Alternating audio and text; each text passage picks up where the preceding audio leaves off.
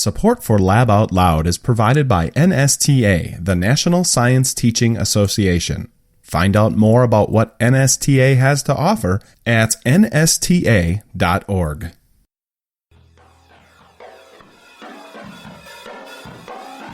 You're listening to Lab Out Loud, Science for the Classroom and beyond. And today we're looking at loneliness, particularly with distance learning teaching environments. We might become so used to talking to people, over Zoom or, video chat, that we end up getting that same good feeling that we did face to face. Because we're human, we evolve. So that study that they did that found that your cortisol levels drop and your dopamine levels rose, that might change. I mean, what your kids consider their friends may be very different from what we consider our friends, like what the expectation. That's up next with Lab Out Loud, but first, I'm your co-host, Dale Basler. And I'm Brian Bartel. So the funny thing is that our listeners don't hear that you tripped up a couple times saying loneliness in that little intro piece. Particularly. And I spelled loneliness wrong a lot when I was writing up the show notes. I don't know why. It was just like one of those things where I spelled it wrong a few times. I have those where this stay-at-home order thing, I have learned to spell the word guardian finally, because I'm writing guardian for instructions for teachers all the time, like inform your guardians, da-da-da-da-da, and I can never spell that word. I always put the A first. I've been trying to do that much more consistently instead of saying your parents, saying your guardians. Yes, your guardians is more inclusive, and so I finally got that word spelled correctly. So that is my you have a checklist of accomplishments? Quarantine accomplishment, exactly. I was thinking about, we put on the post for this, hashtag COVID-19, and I think, that's it. From this point on, everything is hashtag COVID-19. We are now transitioning from, whoa, this is the world, this is happening to us, to, no, this is the world. And what do we do from here? How does this change how we, do business as educators and things like that? And I think this is the environment we live in now. So hopefully we can learn from all these experiences and kind of do new things. That's one of the things that I've actually, I don't want to say I've enjoyed about this, but I think about it often where when we do the autopsy of all this, what can we do better in face-to-face teaching when that resumes that we've learned from distance learning right now? And are there things that we're going to take to heart? Or are we just going to ignore it and move on like nothing happened? But I think there's going to be some things that definitely are going to stick with us. Yeah. It reminds me of just plain old good lesson planning. You're supposed to, do the lesson, then reflect on what went well and what went wrong, and take it from there and improve that lesson, improve your chances for your students to learn and grow. Well, and I say this as a science teacher because we kind of experienced this, but we saw, I think, a growing concern over safety in our lifetime as a science teacher, which is great. You mean safety, stock rooms and things like that? Stock rooms and, getting rid of mercury and other chemicals that were not healthy or not safe for us, and, a much more consistent use of safety goggles in most situations, those kinds of things where I that became like second nature. And, at first it kind of felt like, oh, do we need it for this? But really, yeah, we do. And then it became more like, yes, this is common practice now. And then I think that we're going to get there with that too.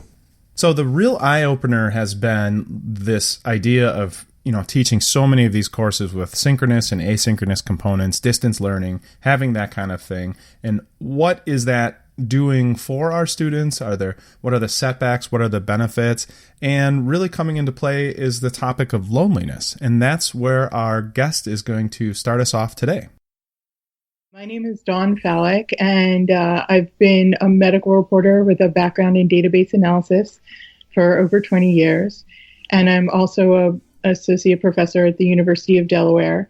I run a program called Words for Nerds, where I teach STEM students, particularly graduate students, how to translate their research to the general public. And I also teach, beginning and advanced journalism. So we actually found you because you were speaking at South by Southwest EDU. I did speak at South by.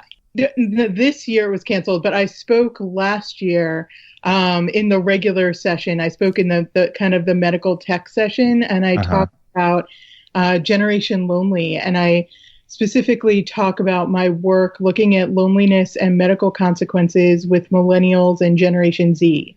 Oh, okay. We gave a panel. I spoke with Julianne Holt-Lundstad, who's fantastic. She's a loneliness researcher at Brigham Young, and our panel sold out. And so they asked us to do another one, and then that also sold out. So it's clearly a topic that is on people's minds. Well, now that, were you scheduled to speak at the South by Southwest event this year? Not this year. I'm hoping okay. Next year as well. We've already talked about my coming back next year. They were one of the first ones, like the big ones to cancel, and that was because I think it's in my news feeds because they do an education in EDU, but then I really like movies and TV, so they're big on movies and TV. And remember when they canceled, that was like one of the first in March where people were like, whoa, that's huge. Yeah. And so now if we think about your topic and how it's changing in this world of everybody staying at home and connecting through these video conference options and things like that, I'd love to talk about what your thoughts are in those areas. It's really, well, maybe the word isn't funny, but I am fascinated by the whole loneliness subject. And I personally got into it, as a medical reporter, I had always seen studies about older people being lonely or socially isolated, which is two separate things. And then I saw in my teaching, really, I would say about 5 to 7 years ago, the students themselves started changing. And I teach college. I mostly teach undergraduate students. Mm-hmm. And I teach journalism, so, they're going to have to go out and talk to people. And it really has become I don't want to say a fight, but it's more and more uncomfortable for them. And every semester I get these requests of, can I do my interviews by text? No. Oh, weird.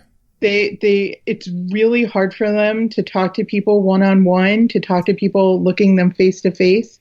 And they don't talk to each other anymore. I mean, I teach writing classes, which at the University of Delaware tend to be fairly small, and they will not talk to each. If they miss class, they won't talk to each other. They will email me, which I'm like, that one of my rules is do not email me if you have missed class, because I want them to learn how to communicate with each other.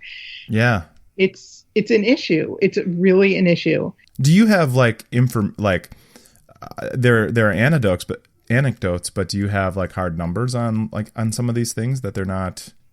Of course. So, well, I mean, and he asked to the journalism person there. So I knew the answer, but I was just, okay, how about this? How do you measure how much this is or is not happening? Well, there are many different ways to measure it. The sort of the OG of loneliness is called the UCLA Loneliness Quiz. So I'm going to read you the quiz. There's 3 questions on it. Okay. Are we supposed to answer? Is it? You can answer on your own, okay. And you don't have to share the answer with me. Let me get a Post-it note out. All right. We can share our answers, though, if we want. You can take out a pen, and, it's just 3 questions. All right. I'm ready. So number 1 is, how often do you feel you lack companionship? Is it A, hardly ever? Is it B, some of the time? Or C, often? So how often do you feel you lack companionship? Hardly ever, some of the time, or often? 2, how often do you feel left out? Is it hardly ever, some of the time, or often? And 3, how often do you feel isolated from others? Is it hardly ever? Is it some of the time, or is it often? So for every A answer, the hardly ever, it's 1 point. For some of the time, or B, it's 2 points. And for 3, it's 3, or C, it's 3 points. And then you add your score. Uh-huh. So, that's how they measure it simply. So the higher your score, I think it was over 7, that's extremely lonely. How do you get over 7? There's only 3 questions. So you have 9 points possible total. Oh, yeah, 3 and 3. Oh, duh. You can hear now. You can guess what my scores are. Oh, okay. Yeah. That might really have changed now versus a month ago. Sure. Oh, sure. So of course it's going to be very different now. So that's how, that's how they sort of measure it. And the interesting thing is I talked to one of the creators of the loneliness quiz. And I asked her, how do you feel when people tell you that they're lonely? And she's like, oh, I hate it. It just, it's like, what do you want from me? It feels like a burden. And I'm sitting here, if the person who invented the loneliness quiz feels that way, it has such implications for the rest of us. Mm-hmm. So there is a lot of data about this. I mean, loneliness is still a pretty new area of research. And like it really kind of started in the late, 70s and early 80s, with the latchkey kids, and then video games. It started coming out and talking about how, how much time kids spent alone, because kind of playtime went from, I don't know where you grew up, but I grew up in Columbia, Maryland, and we got it's a very suburban kind of thing. So we got thrown out of the house and like, don't come back. Don't come back till dinner. Yeah. And so you were forced to like make friends and, come up with games and that kind of stuff. And then once video games started, like play turned inside. You didn't have to play physically with somebody. You could play, video games on your Atari, or Pong or whatever it was. Uh-huh. And so play changed. And so the research started sort of developing that. But, in looking at loneliness, there was a huge study about a year ago. Cigna did this study, and they found it used to be that the loneliest people were people over the age of 75. And that had been continued for years. And then this latest study found that age 18 to 22 are the loneliest generation. Wow. So that's a switch, big time. A big switch. Wow. It flipped dramatically. So Generation Z in particular, age 18 to 22, 48.3 described themselves as lonely. And the next lonely were the millennials and Generation X. It was sort of the same, but the greatest generation, the people who were over 72, it was 38.6%. Now, earlier you said loneliness and social isolation, and those are two different things. I suppose we should, what are the definitions of, like, how do you define loneliness and social isolation? So loneliness is more of a subjective experience, like you experiencing, like sometimes I talk to people and they say that they're really lonely, and I ask them what that means to them. And it's different for everyone. It's a very emotional experience, whereas social isolation is something that can be objectively measured. For example, the number of close contacts somebody has. So if I say to you, okay, you are about to make a big decision in your job, or you're about to be laid off, or something major has happened, how many close people do you have that you could talk to about this? Who would you turn to? And I say it's interesting because it's interesting to me, but it's also very sad that it used to be that people had 2 or 3 close friends. But the last time they did it's called the General Social Survey, the most common answer was 0. Wow. Our social circles have been getting smaller and smaller, and to the point where many people don't have anyone that they feel that they could turn to anymore. So again, loneliness is a very emotional experience. It's a subjective experience. Social isolation is, you can count. I have 4 close friends that I could call, not including my family. Okay. I think about a teacher, and one of the things that when we are in school, one of the things that I think teachers do a pretty good job is watching out for students that are withdrawn and hopefully connecting to them, hopefully finding a way to at least be a part of their day, at least some point in that school day or part of that week or whatever the case may be. And I think about that now, of course, when we are physically isolated from students. But you've found some medical kind of consequences of isolation and loneliness. Can you talk about that? Sure. So, I mean, there are mental health complications. I mean, people have connected depression and anxiety to isolation for decades now, and it's kind of this spiral. So the more you feel isolated or depressed, the more likely you are to isolate. You feel that nobody wants to be around you. They don't want to invite you places. And the less likely you are to reach out, which means you become more isolated, and it just sort of builds on itself. And it's really, really hard to shake that. I call it like a fortress of solitude. It's really hard to step out of that fortress of solitude the deeper you get in it. And research has been starting to find this out. I mean, one, Kay Tai, who was at MIT and is now at UCLA, which has kind of become like a loneliness center. She found just a couple years ago, she pinpointed the area of the brain that focuses on loneliness. And researchers had always thought that it was kind of part of anxiety and depression. And it turns out it's like its own thing. And in her mouse study, she found that the longer that a mouse was isolated, the harder it was for them to return to society. And just on like a sort of side note, when I talk about this, like, you know, in real life, and I can show my little slides, I show this tape of Michael B. Jordan, who played, I believe it was Killmonger in Black Panther, and he isolated himself for that role. And he was talking to Oprah about how he kind of separated himself because that's how he felt the character would be.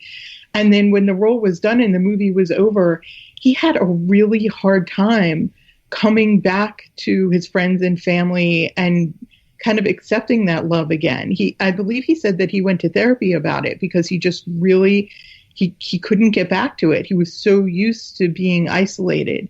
Wow. And I think that's true, you know, when we see that in students. And I don't know how old you guys are. I mean, from your pictures, you're clearly in your 20s. Nice. +5. But really, like when I went to college, I went to Wisconsin-Madison. Oh, woo-hoo. Oh, congratulations. That's where we are. We're in Wisconsin. We're in Wisconsin. I love Madison so much. The creamery. Okay, sorry.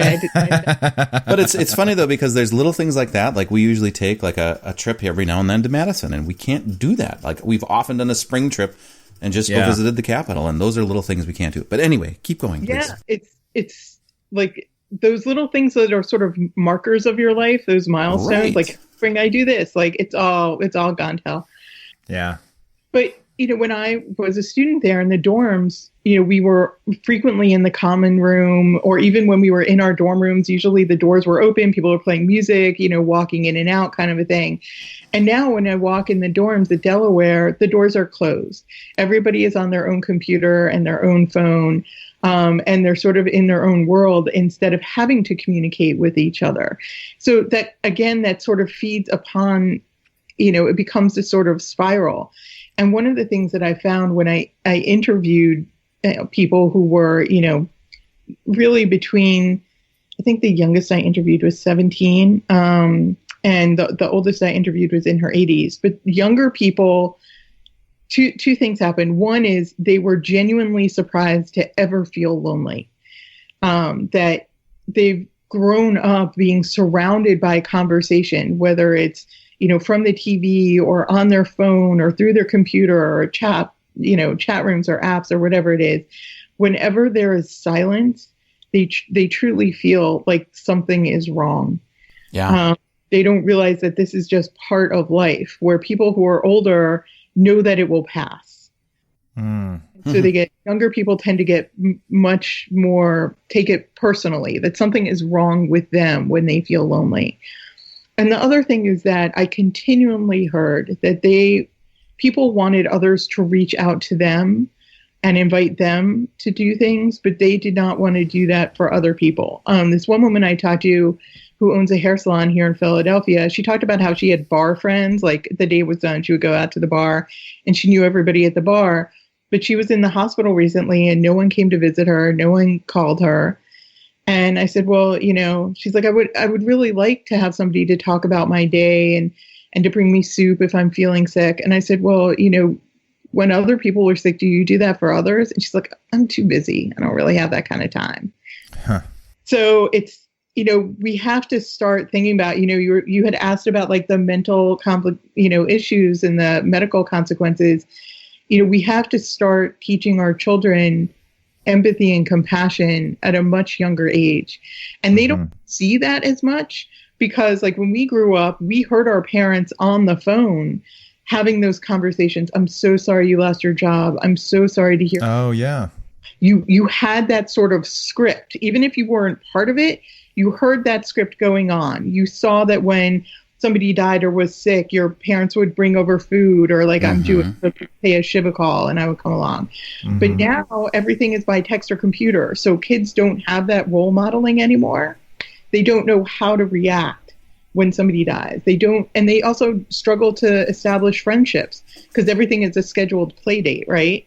So like my 11-year-old niece, she's, delightful, of course, but her life is very scheduled. She has Girl Scouts, she has soccer, she has basketball. There's very little time for just like free play like we used to do. And so then these kids get to college and they're waiting for everybody else to organize something because everything has been organized for them. Yeah. And then they feel very isolated and no one wants to play with them and, that kind of thing.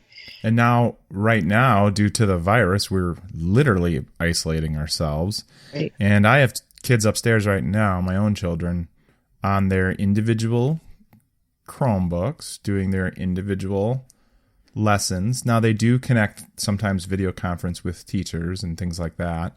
Right. What things do you think, and I know you don't really want to speak to maybe like digital instruction and things like that, but when it comes to like, I guess general well-being, and emotional side of things. Yeah. What kind of things would be helpful for students that, teachers maybe could initiate or kind of get the ball rolling to kind of get people talking or things like that? Anything come to mind? I mean, there are a couple things that kind of come up. Number one, I think it was Steve Cole at UCLA who did this study. I hope I'm not getting that wrong. Who... It could be John Cacioppo at Chicago. Sometimes I get my researchers confused. But they're all your favorites. I know. I love them all. But they did this study and they found that when people are upset, if you talk to somebody face to face about it, your stress levels drop, your dopamine, your happy levels rise. Like it's you literally physically let off steam. You feel better. Do it by phone, you still get that, but not as much. But when you do it over text or social media, it's not at all. And so, they think that like there's been a very steep rise in chronic diseases in kids and teenagers and kids in their 20s.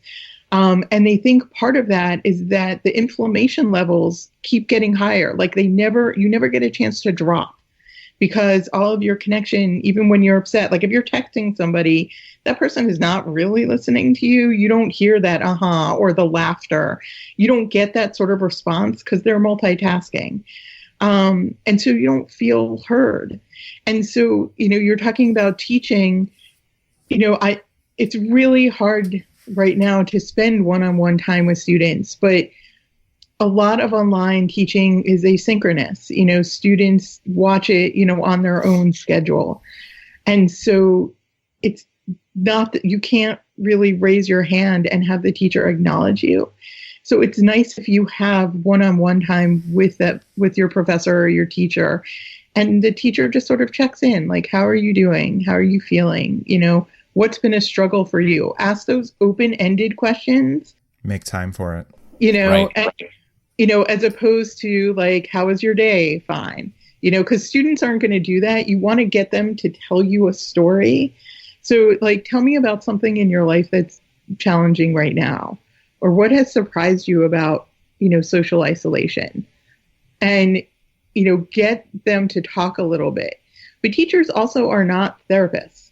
Sure. So, if they see something like, hey, this kid is not turning in his work, he does not seem to be, or she does not seem to be connecting in the way they used to. It's hard in college because you've got, we're not allowed to like reach out, but like I would reach out to my dean of students and say, hey, Adam, I'm worried about this student. And I actually have done that before, even before the pandemic, where there's a student that just I'm worried about.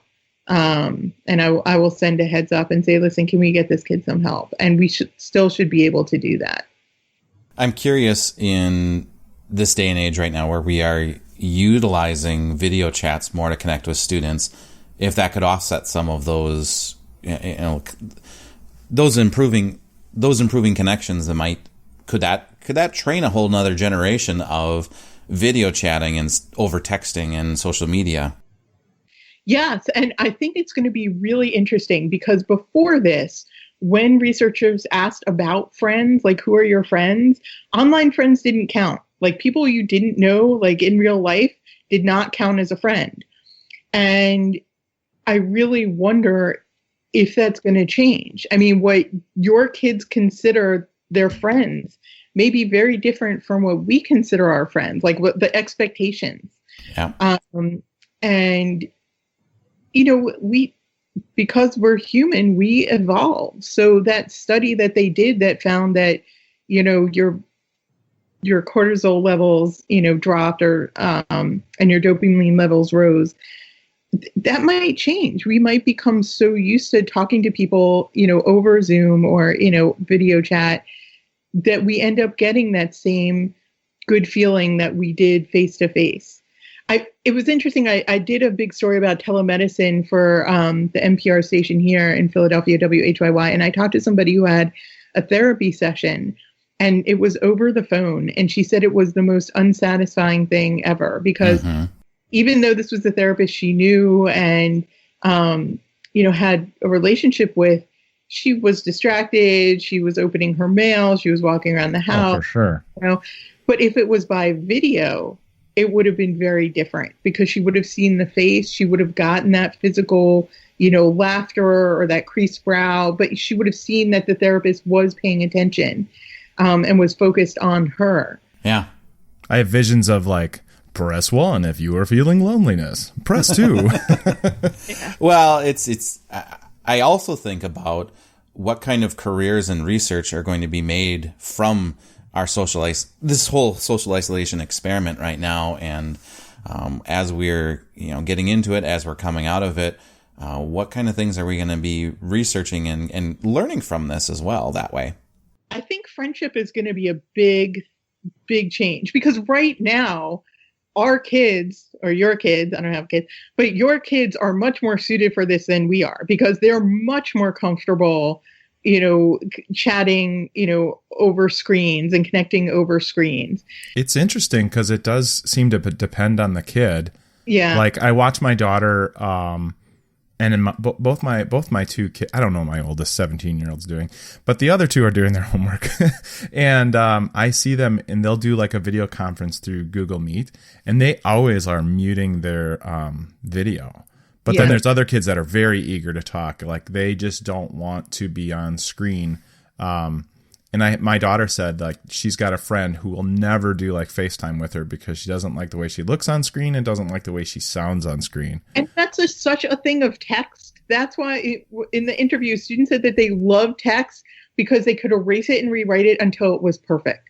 And you can't do oh my gosh, yeah. that over a screen. Like you can't just rewrite things. I'm like, well, like now when they do job interviews, like my publisher, when they do job interviews, they make the students practice doing phone calls and they have to like schedule a hotel room and practice calling an author and canceling something because they're so, you can't, you're not going to be perfect. I mean, I'm sure I've said 1,000 wrong things in this discussion whatsoever that you will delete out because I said you look like you were 20. No, we're going to make that the teaser clip. And that's the title, actually, Dawn. But really, it's so interesting that you say that because I mean, really, like, I mean, I put on lipstick for you guys, but I'm still wearing my yoga pants. I mean, but, for so many, kids, millennials, they're not kids anymore. They're in their 40s. They're so used to, having to have that sort of perfect YouTube image that it creates more stress. So I wonder if it's more stressful because you're so aware of what you look like, as opposed to like you're in the classroom and you're just talking to the professor and you're just with everybody else. So that I think that's going to be an interesting area of research. Like, did that stress people out more? I mean, like my mom is having a really hard time with it. But, I think that the younger generation is used to ordering, groceries and doing the mail and paying bills and everything through screens. I mean, one guy that I talked to, I was the first person that he had actually spoken to in 3 months. Like his entire life was online. His job was online. He ordered groceries online. His whole social function was online through video games or through social media. And so I wonder if we will shift more to that, or if we will appreciate like the social gathering so much more. Like that whole culture of cancel. Yeah. Everybody wants to be invited and then they cancel at the last minute. I wonder if that's going to change, because we'll be like, God, I wish I had really gone to that party. Yeah. The other thing I think I would almost think there'd be like a renaissance of meeting face to face after all of this. I do, when I drive by, I live pretty close to the high school where my kids go. And, if I have to go out for an errand or something like that, I'll drive by, and it's not uncommon to see a couple minivans parked up next to each other with the tailgates open. They're social distancing, but they're talking to each other. It's really cool that people have come up with these creative ways to still connect socially. Yeah. With the coronavirus boundaries. Well, I mean, I think it was really kind of an eye opener to how much you crave that. A couple of weeks ago, the weather was a little nice in Wisconsin, and I put out some chairs in my front yard, and Brian came over, and so did my other neighbor. And like, certainly we could have done the conversation we had through video conference, like we were doing all week for work, but leaving that experience afterwards, it was so rewarding and it was so simple. I mean, it was just chairs 8 feet apart, I'm in West Philly, and people here are terrible about wearing masks and social distancing. I mean, part of it is we're in a city, so we have 9 million people on top of each other. Sure. But it's also, Philly is very stubborn, and they're like, you're not going to tell me what to do. It's very frustrating. But I live on a very small block. There are only 12 houses. And every Sunday at 4:00, we have dance party hour. And we all outside in front of our house, and we're all sort of separate from each other. We have a porch, our own porch, and we play. We play a lot of Prince. We get out and we socially distance dance, and this includes the kids and everything. And it's just a way to sort of see each other, and still sort of be social and be silly. There are so many researchers who said the way to make friends is to have shared experiences on a frequent basis. So like the parents you see at soccer you practice every week, you're having that shared experience every single week. And so, that's why you end up becoming friends with them, because you're suffering together. Yeah. Same thing is true here. We're all out having our little dorky dance together. And kind of being like, hey, I see you. I know you're in your house, and, do you need anything? And, well, I see that with my kids' teachers. There are some who will put out sort of like a video lecture. So it's just like, blurb, here it is. And then there's others when they do a check-in, they're really good at kind of intertwining both the instruction pieces, like we're practicing for a speech, but then they will let some of the silly in. Yeah. They won't let it take over. You can tell it's a good teacher kind of knows how to balance that. But there is an appreciation for that silly part too, because that allows you to learn more about your students. And just the teacher this morning was talking about, he's working with kids he's never even met before because they change at the quarter. So he's like, I really wish I could meet this kid.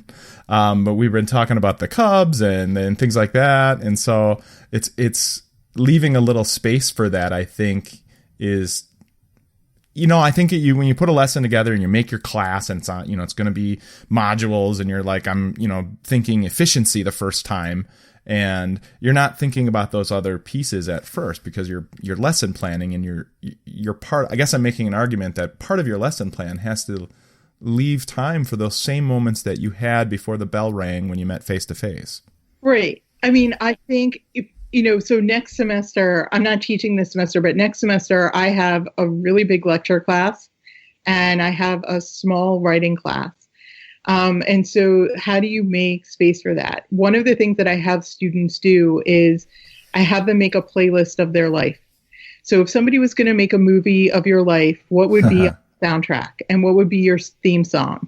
And they have to make me a Spotify list, and then they have to write a little paper about the different songs and what they mean to them. And almost every student, it's really interesting. Like, you sing songs to your kids when they're little, they remember those songs. One kid, there's a lot of Beatles and Elton John, and one kid had a Cheeseburger in Paradise by Jimmy Buffett because it was the only song his dad knew all the words to. Sure. What's the song his dad sang?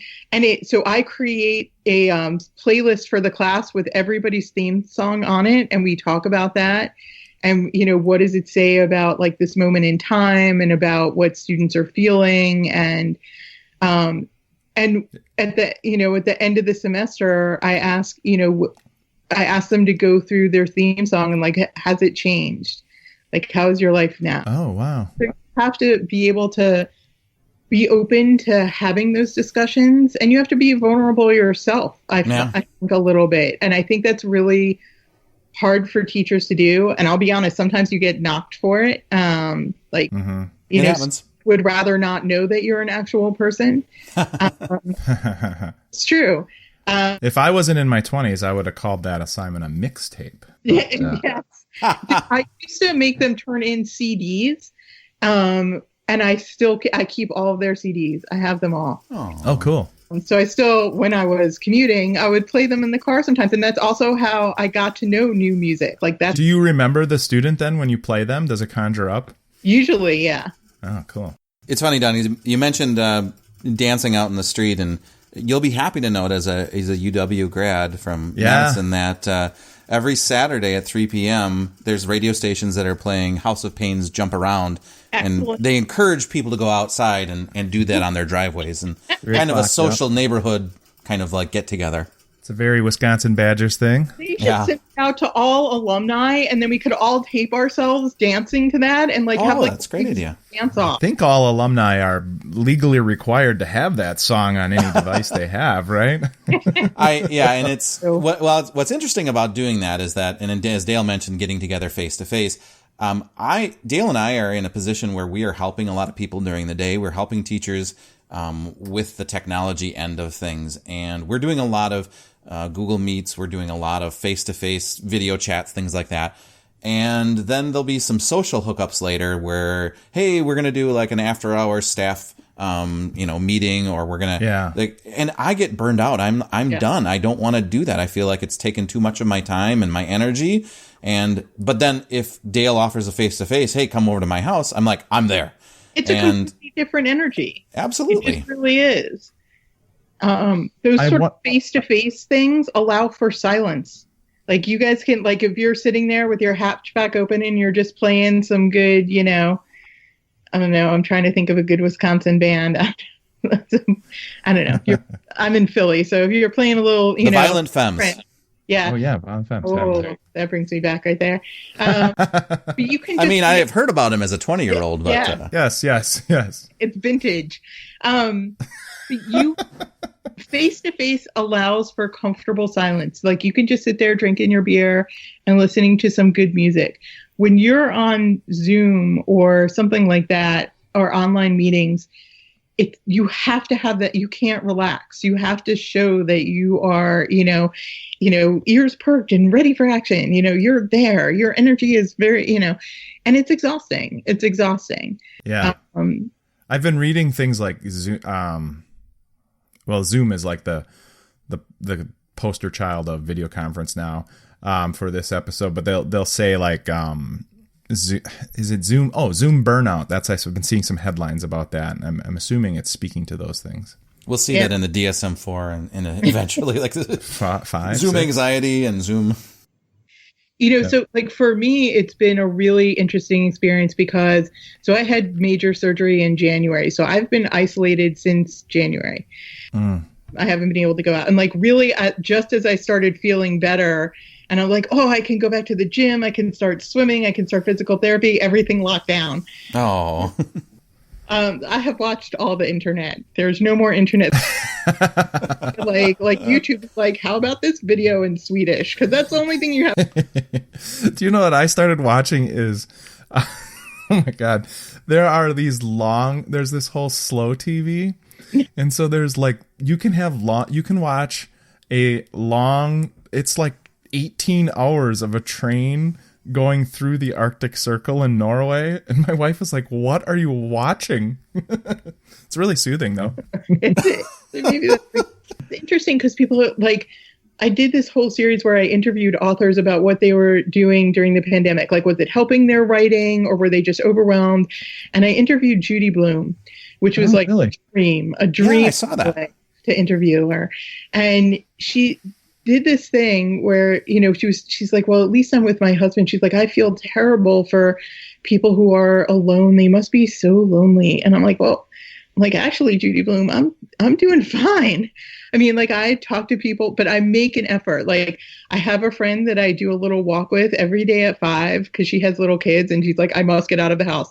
So she lives in Columbia where I used to live. So I walk and talk to her, through my earbuds. Mm-hmm. I have, dance class every day. Either, one that's through my gym or like ABT is teaching online now. Like there's a dancer named James Whiteside who has all the muscles and, he teaches like from his kitchen and I am there for that, even if I can't do it. I have like talks like this. So I really make an effort to connect with people throughout the day and I'm doing all right. I mean, it would be nice to go on a date again and eventually. Yeah. Wearing our masks. I'm sure that'll be very sexy. But, it's not that bad. And, one of the things about loneliness that I really hope is starting to change as more people talk about it is that there's an incredible stigma when people say that they're lonely. It's what researchers call the repulsive word. It makes you, if somebody says to you, I'm feeling really lonely, it makes you step back. You don't want to deal with that. And it makes it really hard for people to talk about. It makes it really hard to treat. And so I think that as more people talk about loneliness and social isolation, I think the better it will be. Like one of the things that I know is like we talked about Michael B. Jordan talking about being lonely. Tom Holland, who plays Spider-Man, I was, following him on Instagram and he often talks about being lonely, kind of the loneliness of fame. Like even he was with his best friend on a movie set and he posted something on Instagram about how, they were just so lonely. And I'm thinking if, here's one of the top movie stars in the world. He's with his best friend on a movie set doing what he loves and he feels lonely. Sure. I think our listeners should be like, if they're teachers and they hear if a student shares that they're feeling lonely, that's a good example of, well, you're not alone and it can happen to even Spider-Man. Right. And everybody does feel lonely and it's not a reflection of you. You are not bad because you feel lonely. There's nothing wrong and that it will pass.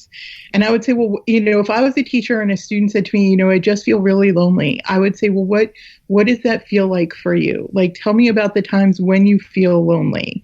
What do you do that helps you not feel lonely? What happens when you say, hey, do you want to get together and, go, grab a cup of coffee? I mean, like right now you can't do that, but you could say, hey, could you feel like playing, I don't know, what's it called? Handshake. Like we always play Pictionary on Handshake. Oh, okay. It's like an app where you can play a game, or House Party, I think it is. House Party, yes. I'm very old. I'm sorry. So like things like that, like how can you reach out? And maybe, what are some things you could do maybe for others? Like, are you willing to text a senior citizen or call them and say, just check up on them and say, how are you doing? Because very often what helps people feel better is when they do something for other people. So I would ask the student first about their experience and, about the situations where they feel lonely.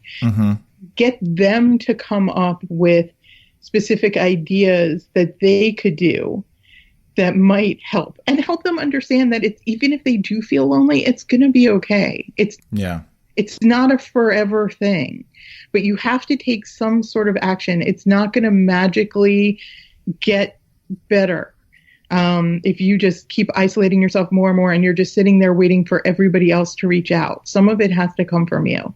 And sometimes people aren't going to reach out back, and that's going to suck because people suck. And that's your teaser right there. People suck. I like it. And, and I think that's part of growing up, is learning that you can have different expectations for different kinds of friends and people in your life. I worry because I'm a parent. It's my job to worry constantly. It's not my job, but I feel like I'm doing it all the time. I mean, I'm not like seeking out things to worry about, but my own children, I think I would know what to do sort of to reach out to students and say the things, the things there. But I think my kids are sometimes reluctant to talk to me because we're mom and dad. And I know some parents have different relationships with their kids, but I think my kids are a little more reserved sometimes, and you really gotta pull it out of them. If you can get a car ride, that's always great, but we got a lot of, we have to contrive car rides to get them talking and things like that. I guess my question is, is there anything that you think about that parents should be doing? Like we see news stories about, call your, elderly parents and check on them and stuff like that. And I check in on my own kids, and I feel like if you ever saw the movie Office Space, where the boss just comes around from cubicle to cubicle and he's like, yeah, we need to, I feel like I'm badgering my kids daily, like checking in on them, but I don't know how to. Well, my question is, do your kids ask questions about you and how you're doing? I mean, that's what I'm always interested to see. I mean, like, I love my niece, but I don't think she's ever asked me a question in my life, and she's 11. Actually, I have one son that always goes, "How was your day?" That's his thing. And that's nice, and that opens up the conversation. And I think we've kind of lost that conversational back and forth where we teach people how to be interested in other people. And it's a real challenge for my students, for my journalism students, because mostly they want to write about themselves. Like I have had students come to me and say, I just want to write about me. Well, they need to learn, because other people are fascinating and weird, and everybody has their quirks, and that's the good stuff. And that's the best part about friendship, is that all your weirdnesses, and the same thing with all your kids' weirdnesses, and they probably know yours probably more than you want to admit it. When you have those sort of shared experiences, like maybe when you're all out there dancing to House of Pain, and you're embarrassing your kids, which I'm hoping is true. Yes. Will they dance? I try it daily. I have a checklist. No, they did not dance with that. They just kind of observed from afar. But it got them looking. It got them out there. Yeah. Or they just kind of duck and cover. It's like I miss when they were more adventurous when they were younger, but now that they're teens, they're just, everything is, I feel like they have a secret committee somewhere, like in the movie, what's that, Inside Out, where they have a committee making decisions as to whether they should do something that probably is what they want to do. Well, they don't know who, it's horrible being a teenager. You don't know who you are yet, and you're not brave enough, most of us, to be like, this is who I am, I'm fabulous.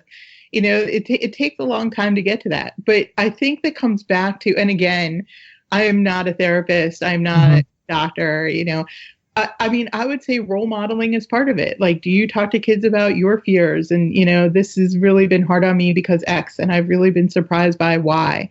And by you opening up and kind of demonstrating it, it kind of gets them thinking about it a little bit, even though they're terrified that you have actually like talked to them.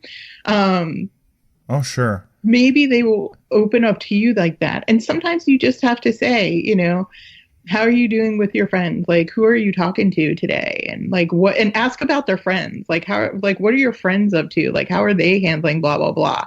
And then by it shifts the focus off them so they don't feel like they're in the spotlight as much. I think you have to be prepared to be shut down more times than you think, and then just celebrate that little victory where they did open up. Plant the seed there. Kind of like, even though they may not talk about it right then, it may come up like while you're playing video games together or putting together a jigsaw puzzle or something like that. My brother, you mentioned the car ride. My brother is 8 years younger than I am. And that was always the family joke, that to get Dylan to talk, you had to lock him in the car. I drove him back. I think I was working at the AP in Nebraska, and I was driving back to Maryland, and I picked him up. He went to Ohio State. So I picked him up on the way, and he did not shut up for like the entire 12 hours. Like, oh my God. Careful what you wish for, right? Oh. Yeah. Well, it's funny because I do think about obviously what we're in a shared experience right now, and I'm eager to get out of it for many reasons, but one of them is to look back at this and say, yeah, we survived it. We got through it. And thinking about the resilience that we're building in going through it right now all together as a shared experience. Well, and I also, in a lot of ways, we have created a community because we are all going through this together. So, you talk about Zoom burnout and all that kind of stuff. For people who are sort of isolated naturally, that they feel isolated, this is kind of like their time.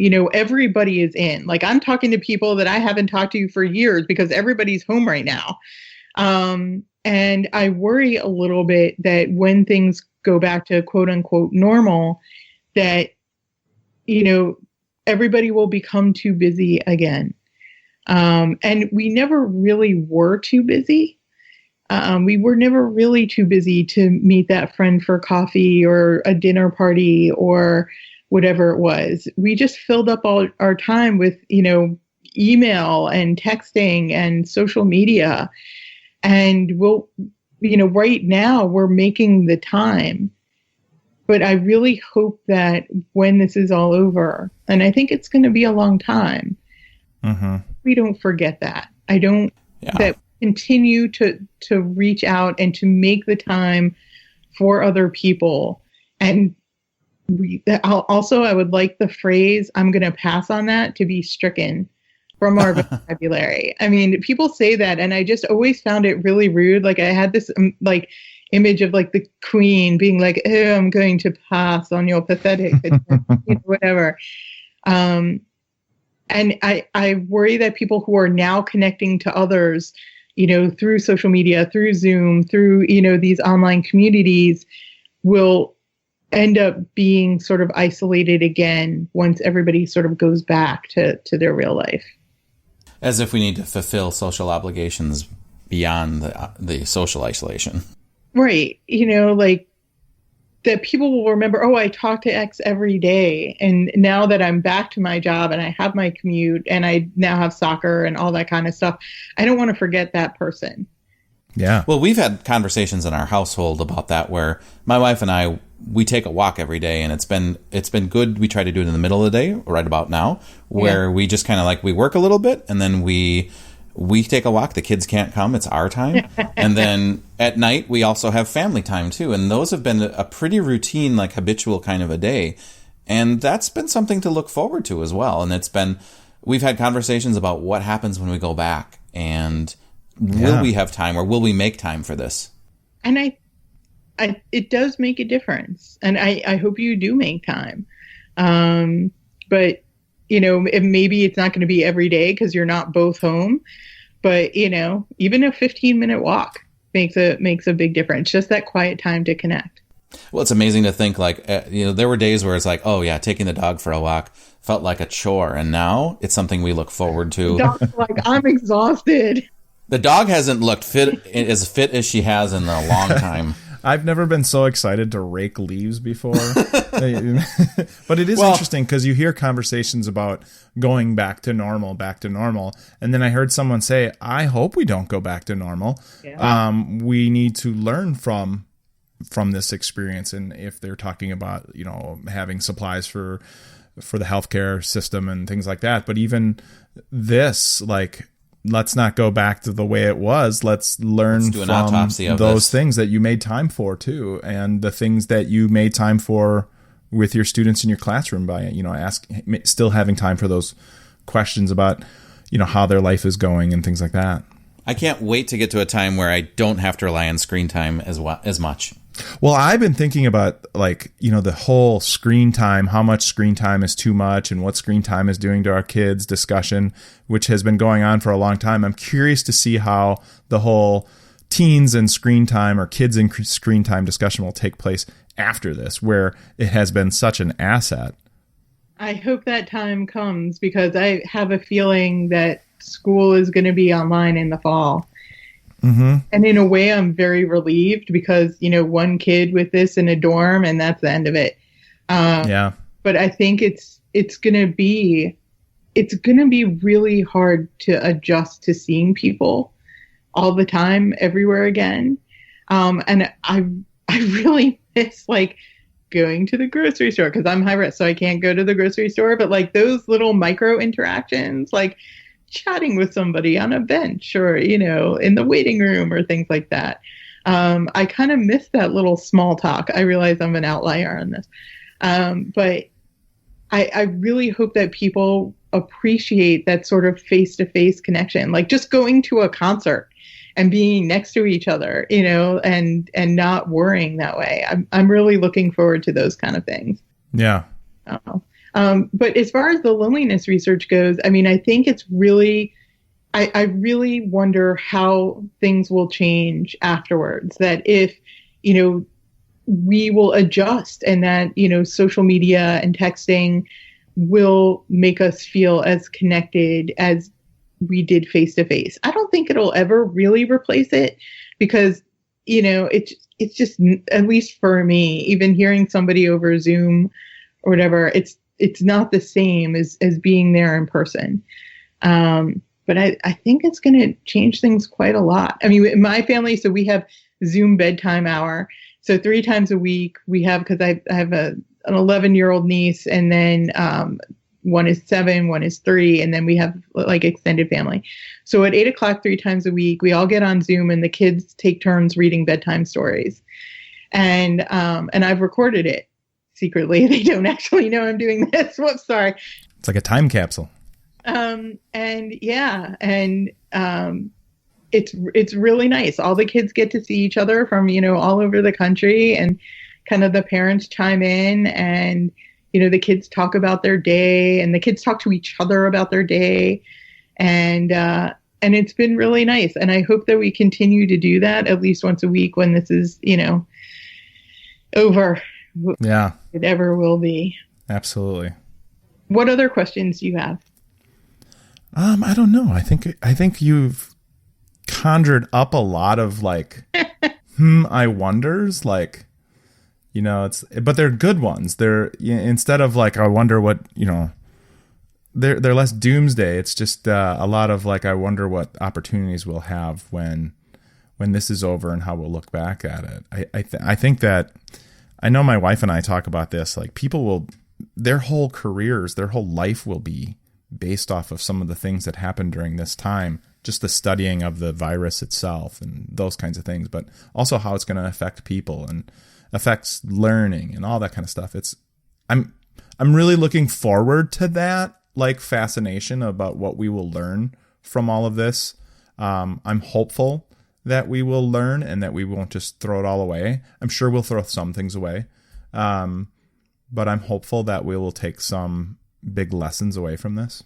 I have a class of university students online, and we meet tonight, and one of the assignments I had them do was to just find an article discussing online learning during this pandemic and have a little discussion about it. One of the things I asked them to do was to think about, are there things that we're learning right now that can improve education in the future? And it's fascinating to hear what they had. And a lot of them said they really miss the face-to-face interactions, and they're taking it for granted. They're like, oh yeah, I remember like 3-hour classes I could barely sit through, and I would give anything for an 8-hour class right now, and like little things like that. And it's I really do hope that in the ideas, yeah. Yeah, but I really do hope that we take things back and realize, okay, well, some of the things that we're learning right now and we're forced into doing can be good for us in the future with face-to-face interactions, whether they be social, whether they be intellectual, academic, or whether or not they serve another purpose. And I really do hope that we take that to heart right now. But I guess we'll find out. Hear what they have to say about conversation and online learning, because that's one of the things that's the biggest challenge. Because if you are having an asynchronous class, I'm giving this lecture and you watch it when you want.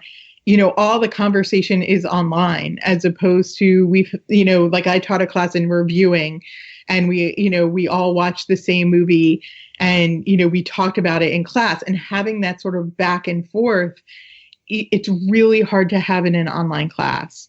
And so I'm interested to hear their experiences with that in particular, and what works and what doesn't work. Oh, and I think they're experiencing what works and what doesn't work without trying to think about it.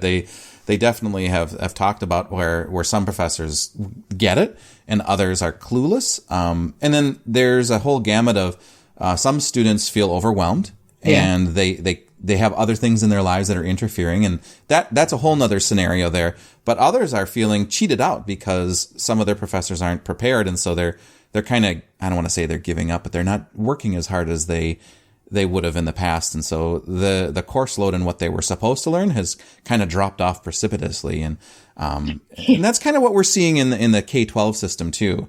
Some people are feeling overwhelmed. Some people think that there's not enough, and there's a lot right in the middle. I mean, and the professors were dropped in, or all the teachers were dropped in. I mean, there's an art to teaching online. Yeah, definitely. A lot more prep. You have to do, you really have to think about the student point of view. You don't have that back and forth conversation. I mean, a lot of my classes were students reading their work and then talking about what worked and what didn't work about their writing. And so how do you kind of replace that or encourage that? Because online, if I'm in the class, I can make everybody shut their laptop except for the student who is reading. How do we do that online so that everybody actually listens? It is a really big challenge. So we'll see. One of the things that I'm really interested to see what happens is what's going to happen with dating, because like I taught a public health class, and this was a class of almost all seniors, and I think there were 30 students in the class, only 5 of them had ever been in a relationship. And very few of them had been on, an actual date where somebody asked somebody out and they went to a thing. And so will it just go back to hookup culture, or will they actually sort of treasure that, because now you actually have to have a conversation back and forth online. Yeah. So I wonder if that will change a little bit. I hope so anyway, but I don't know, all sorts of things to look forward to. Yeah. But I appreciate you taking the time to talk about this. And I'm interested to hear, the teachers' experiences, and if students have been more willing to open up when there's a screen between them as opposed to face, what they've done to encourage those sort of conversations. And, what students say worked for them, what helped them make them feel connected, and what did not work. I absolutely agree. Dawn, it's been fantastic talking to you. We usually say that to all of our guests, but right now it feels like this was a wonderful conversation that I feel like I needed in place of, I don't want to say doing my real job, but I could ignore emails for a little bit and just have a nice conversation. So thank you again for that. Thanks so much, Dawn. If you have any other questions, or, you want me to send links to any of the studies, let me just know and I'll send them over. Well, Thank you so much. All right, take care. And let me know if you do the the House of Pain song. I feel like I'm left out here in Philadelphia. I love it. Thanks for listening to this episode of Lab Out Loud. If you'd like to learn more about some of the things discussed in this episode or previous episodes, you can find show notes at our website, laboutloud.com. If you have a guest idea or a future topic that you'd like to see on Lab Out Loud, go to our contact page and send us a message. Also, you can subscribe to Lab Out Loud on your favorite podcasting app, such as Apple Podcasts, Spotify, Stitcher, Google Play, or wherever you like to find podcasts. While you're there, leave us a review and rating. Your input helps others find our show. Thanks again for listening.